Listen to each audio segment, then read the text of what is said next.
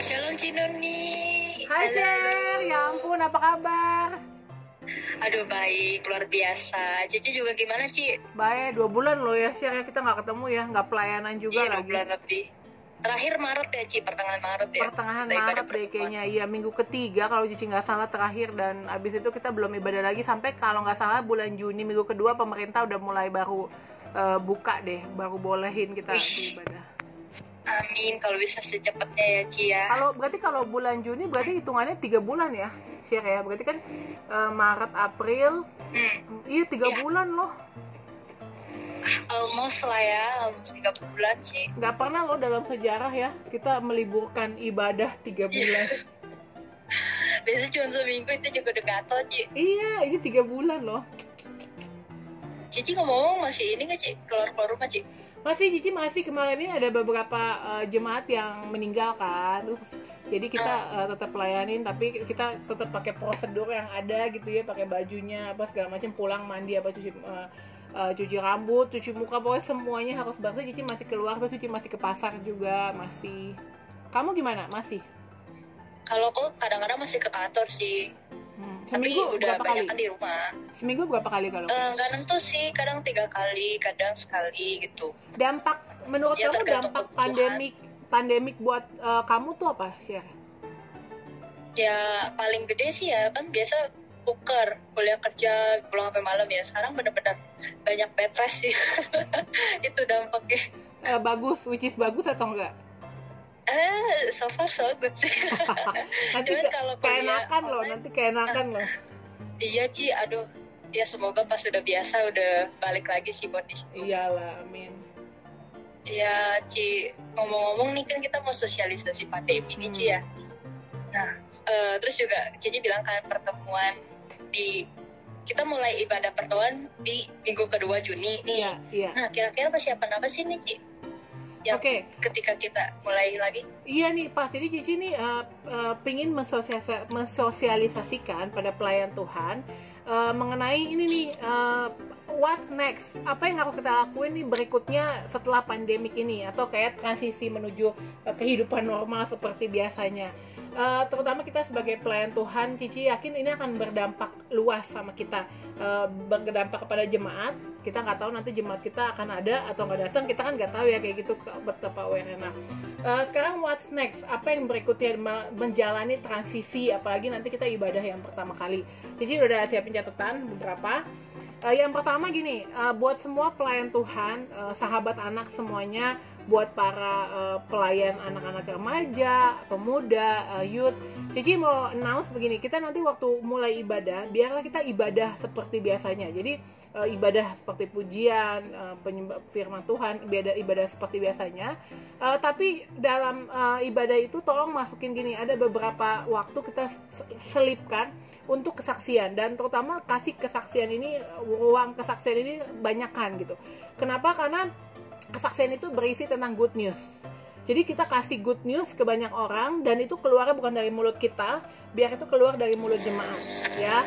Jadi biar good news itu keluar dari mulut jemaat, kita kasih ruang kesaksian banyakkan. Dan persiapannya untuk semua pelayan Tuhan, tolong pikirkan gitu, kalau kita mau anak-anak kita kesaksian, biar kita juga harus siapin kesaksian dulu, harus keluar kesaksian dong dari mulut kita kan. Jadi kita siapkan dulu kesaksian, dan kita siapkan cara yang terbaik untuk mancing mereka kesaksian. Contoh kayak, ayo dong kesaksian, nih Cici mulai dulu ya, atau kakak mulai dulu ya, atau koko mulai dulu ya, gini. Siapa di sini yang merasa Tuhan pelihara gitu kan? Terus mereka angkat tangan kan, oke, yuk ceritain dong Tuhan pelihara kamu dalam bentuk apa gitu. Dan itu nggak harus maju ke depan ya, di tempat duduk mereka boleh. Kenapa? Karena dampak dari corona ini, mereka tuh kebanyakan di rumah, kurang sosialisasi ya kan, kurang ngobrol sama orang. Jadi izinkan mereka untuk keluarkan pendapat mereka dan keluarkan ngomong. Jadi pada saat ibadah dimulai, siapkan banyak ruang kesaksian untuk mereka. Lalu waktu ibadah, tolong kasih pesan kepada anak-anak untuk jangan takut. Jangan takut, aware boleh, menyadari bahwa keadaan tidak seperti dulu, tapi terutama lebih dari atas segalanya, jangan takut gitu. Dan pesan kepada mereka untuk tetap berjaga-jaga, tetap berhati-hati dalam apapun yang kita lakukan, berjaga-jaga, Tuhan Yesus mau datang. Itu tetap iman kita harus ditingkatkan. Lalu jangan lupa juga kita harus kasih pesan tentang menjadi berkat. Ya, jadi para pelayan Tuhan siapkanlah pesan-pesan seperti itu dan siapkan cara juga untuk bagaimana memancing anak. Yang pertama, yang kedua, waktu kita ngadain ibadah itu, adain juga beberapa waktu, siapkan beberapa waktu untuk adain games. Karena mereka udah kelamaan di rumah, jadi kan kurang bersosialisasi sama orang, ketemu orang, main sama orang. Kebanyakan di rumah dengan gadgetnya atau belajar online kan semua melalui video call kayak gini kan. Jadi biarlah mereka main sama teman-temannya, main. Jadi guru-guru bikin juga permainan, aktivitas setelah ibadah, misalnya permainan apapun deh yang akan memancing mereka untuk berbicara dan bergerak. Itu penting sekali untuk mereka. Juga sebagai guru-guru dan pelayan Tuhan, pelayan anak remaja, pelayanan pemuda, tolong siapkanlah kata-kata hal yang positif, bukan negatif. Ya, kata-kata yang positif bukan yang negatif. Jadi berita-berita yang positif kita berikan, jangan kasih negatif lagi karena udah capek lah dengan berita-berita negatif ya. Jadi kasih mereka tentang positif. Lalu tetap juga jaga kebersihan. Jadi ingatkan ke mereka untuk lebih banyak cuci tangan, dan kita kalau bisa persiapkan juga kayak galon-galon. Kamu pernah nggak sih kayak di Indomaret tuh sekarang juga pintar juga, dia ada kayak ada galon air, terus ada sabun cuci tangan. Intinya ya kayak apa namanya yang buat kerannya itu ya. Terus sama sebelahnya sabun. Iya sih, boleh tuh. Dan itu dia ada di depan pintunya. Jadi menurut Cici, kalau misalnya kayak posisi tempat ibadah kamu sama toiletnya lumayan jauh, siapkanlah di dekat ruangan anak, karena itu sangat membantu juga. Jadi kasih mereka banyak cuci tangan. Kalau habis salaman cuci tangan, atau kita nggak usah salaman dulu, kita lebih pakai salamannya bukan cuma sentuhan atau kayak gini, atau kita begini doang, atau kayak maksudnya kita sentuh-sentuh kayak begitu ya, jadi nggak ada bersentuhan. Atau kalau anak-anaknya mau sentuhan juga nggak apa-apa, yang penting cuci tangan kita sediain.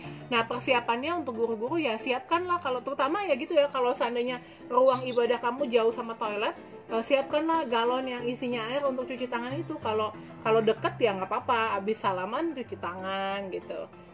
Tapi yang penting jangan sebarkan ketakutan, pesan yang positif, kata-kata yang positif, kasih ruang kesaksian, dan pokoknya intinya tentang bersosialisasi. Komunitas, bangun komunitas, ngomong, main, jadi mereka ada bersosialisasi kembali lah gitu intinya. Oke Ci, tadi kan Cici udah sebut lah pokoknya hal-hal yang gak bikin mereka takut atau bimbang ya. Terus juga soal games atau segala macam, ini aku mau mungkin ya memperjelas lagi ya don'ts atau do-nya yang bisa guru-guru harus garis merahin ya. Kayak contoh main games, hal apa kan tadi Cici bilang kalau bisa salaman ya boleh bersalaman, tapi pentingnya cuci tangan juga kan. Juga kalau games mungkin ada referensi lain, kalau bisa yang jangan sampai bersentuhan atau gimana kan gitu. Nah sama mungkin ada satu lagi Ci untuk soal persembahan nih, katanya kan uang cash itu dia emang rentan untuk penyebaran itu juga kan, virus COVID. Nah kira-kira hal pokoknya don'ts do-nya gitu yang harus ditekankan. Oke. Don'ts-nya itu, Cici ngomong don'ts-nya dulu lah ya. Don'ts-nya itu pertama, pokoknya jangan takut-takutin anak dengan bad news. Cici yakin gini, share ada good news lah di sekitar kita tuh, good news tuh akan banyak, dan bad news-nya juga ada. Nah kalau kita sebagai guru mau memberikan fake news gitu, berita yang fakta dan kita udah tahu, tapi kita tahu itu negatif, biarlah kita kasih juga hal yang positif di akhirnya. Jadi contoh misalnya kita dengar kayak gini, oh ya corona itu nggak akan selesai sampai vaksinnya keluar, dan tapi sampai saat ini pun vaksinnya nggak keluar, dan itu kan sebenarnya berita gimana ya, share itu berita nggak enak juga ya, artinya ya nggak keluar, gimana bilangnya ya, maksudnya akan lama karena kita nggak tahu gitu. Jadi kalau kita kasih berita kayak gitu, kita kasih harapan, tapi nggak apa-apa, yang penting kita jaga, kita bersih, pulang kita mandi, kita cuci tangan, jadi orang lebih oh ya udah, kenyataannya memang kayak gitu, tapi ada cara lain untuk bisa mengantisipasinya gitu ya. Jadi kita jangan terlalu kasih bad news. Lalu jangan juga cuek sama masalah ini, soalnya kita tahu ya ada YouTuber itu loh yang ya katanya gak usah cuci tangan, ya, keluar rumah aja. Ya, menurut Cici itu nggak hikmat juga. Jadi jangan cuek lah sama masalah ini ada kok, cuman lebih kita berhati-hati dan jaga kesehatan aja. Lalu don'ts-nya lagi, jangan kita hidup tuh pasrah. hidup pasrah tuh kayak gitu ya, adalah mati deh, biarin deh gitu. Itu namanya hidup pasrah, dan itu nggak bagus juga. Jadi apa? Jadi lebih baik kita hidup berserah sama Tuhan. Artinya berserah, kalau kita berserah sama Tuhan, kita tahu ada Tuhan, dan Tuhanlah yang menjadi pusat harapan kita. Jadi jangan hidup pasrah, lebih banyak berserah sama Tuhan. Oke? Terus habis itu buat guru-guru yang mungkin lagi nggak enak badan, yang mungkin pernah terkena, atau mungkin ada keluarganya yang terkena, saya tidak menyarankan untuk peluk anak dulu ya, atau bersalaman sama anak. Tapi kan kita nggak enak ya, aduh salaman kayak, apalagi kita budaya kita ya Sir ya, yang mesti salaman kayak gitu. Kadang-kadang nggak salaman nggak enak, salaman enak. Bahkan kayak salaman begini aja suka lupa juga apa segala macam kan. Jadi kalau misalnya kita pakai gitu, lebih baik kita yang pegang pundaknya, tapi jangan dari haci terus pegang meperin ke dia juga jangan gitu ya. Jadi kita pegang pundaknya dia aja, terus kita yang kayak hai, atau misalnya halo kamu baik gitu. Jadi tahu dia nggak kasih tangan, kamu baik. Terus kalau anaknya salaman kasih begini gimana, sini cici pijitin aja, cici pijitin, kamu yang pijitin dia. Jadi jangan sentuhan sama tangan dia, karena tangan itu kan bahaya, dia pegang mulut, pegang hidung gitu ya. Jadi buat guru yang pernah terkena atau yang terkena, jangan peluk-peluk anak kalau nggak perlu. Lalu kalau seandainya yang lagi flu, kalau ada anak yang lagi flu nih Syah, kita lihat nih ada anak yang lagi flu, kita dengar suaranya bindeng, waktu dia masuk kita lihat mamanya buang ingus dia, dan kita mungkin tahu juga anak ini keluarganya ada yang pernah terkena, dia pernah berinteraksi. Saran saya lagi nih, ketika dia datang ke tempat sekolah minggu kita atau ke pelayanan anak kita salamin dia tetap. Kalau misalnya kita nggak mau salaman, kita halo kamu lagi flu, aduh kenapa. Terus habis itu dia bilang iya, nanti kamu bilangin dia kalau seandainya kamu mau ikut mama nggak apa-apa gitu. Jadi kita bilang dia untuk kalau lebih baik dia ikut mama, dan sama mamanya kita bilang, tante kasihannya begini, bukannya kasihan anak-anak lain, bukan, jangan kita pakai bahasa anak lain, kita lebih baik sayang sama anaknya. Jadi kita bilang, tante kasihan si A, dia kan lagi sakit flu, berarti imun tubuh dia lagi rendah, lebih baik kita kasih dia ibadah di atas. Kalau di sini nanti dia lagi flu, imunnya lagi nggak bagus, ada anak yang lagi batuk, ada anak yang lagi flu, nanti kenain tepak ke dia lebih bahaya buat dia. Jadi lebih baik dia ikut di atas. Tapi kalau dia bilang enggak, mau di bawah aja, ya udah, tapi kasih dia tempat duduknya rada ke belakang dikit, tapi jangan terlalu ke belakang memisahkan gitu ya, ada ke belakang dikit. Terus kita bilang tunggu ya sebentar. Iya Ci, mungkin boleh juga ya bilang ke orang tuanya untuk kasih masker ya Ci. Iya, masker penting banget ya, soalnya katanya juga kan penularannya melalui kayak kalau kita haji atau tangan kita pegang hidung itu ya. Masker penting banget gitu. Itu lebih berguna banget. Tapi waktu dia nanti pakai masker, tetap dia tempat duduknya juga tetap rada jauh loh ya. Maksudnya beda lah nanti, tapi kamu temenin. Walaupun tempat duduk kamu pasti akan dijarakin kan, tapi kamu tetap temenin. Maksudnya kayak sini cici temenin kamu ya gitu, maksudnya temenin sebelah kamu ya. Nah temenin aja kitanya, tapi jangan deketan sampai begini. Kita jarakin, kita deket-deketin nggak apa-apa. Dan tadi kamu yang ngebahas soal kolektor ya, share kolektor menurut Cici sekarang mungkin boleh juga kolektor kayak umum di akhir.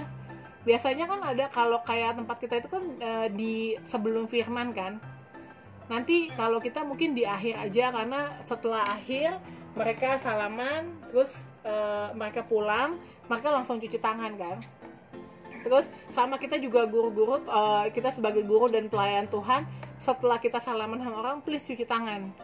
Karena jangan nanti kebiasaan kita lupa, habis salaman kita nggak cuci tangan, pergi ke tukang gorengan, kita ambil, kita makan gitu.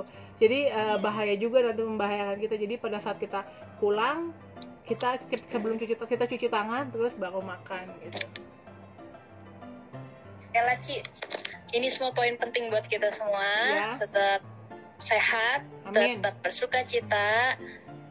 Tuhan Yesus berkati. Shalom. Oke, Tuhan berkati semuanya ya, sehat-sehat terus sampai nanti kita ketemu lagi, dan saya yakin semua akan sehat dalam lindungan Tuhan. Oke, thank you. Amin. Juga ya Sia, sehat terus ya Sia. Amin. Salam Cici buat juga tetap Cici, semangat salam terus buat ya. Mama semuanya. Tuhan berkati. Dadah, God bless you.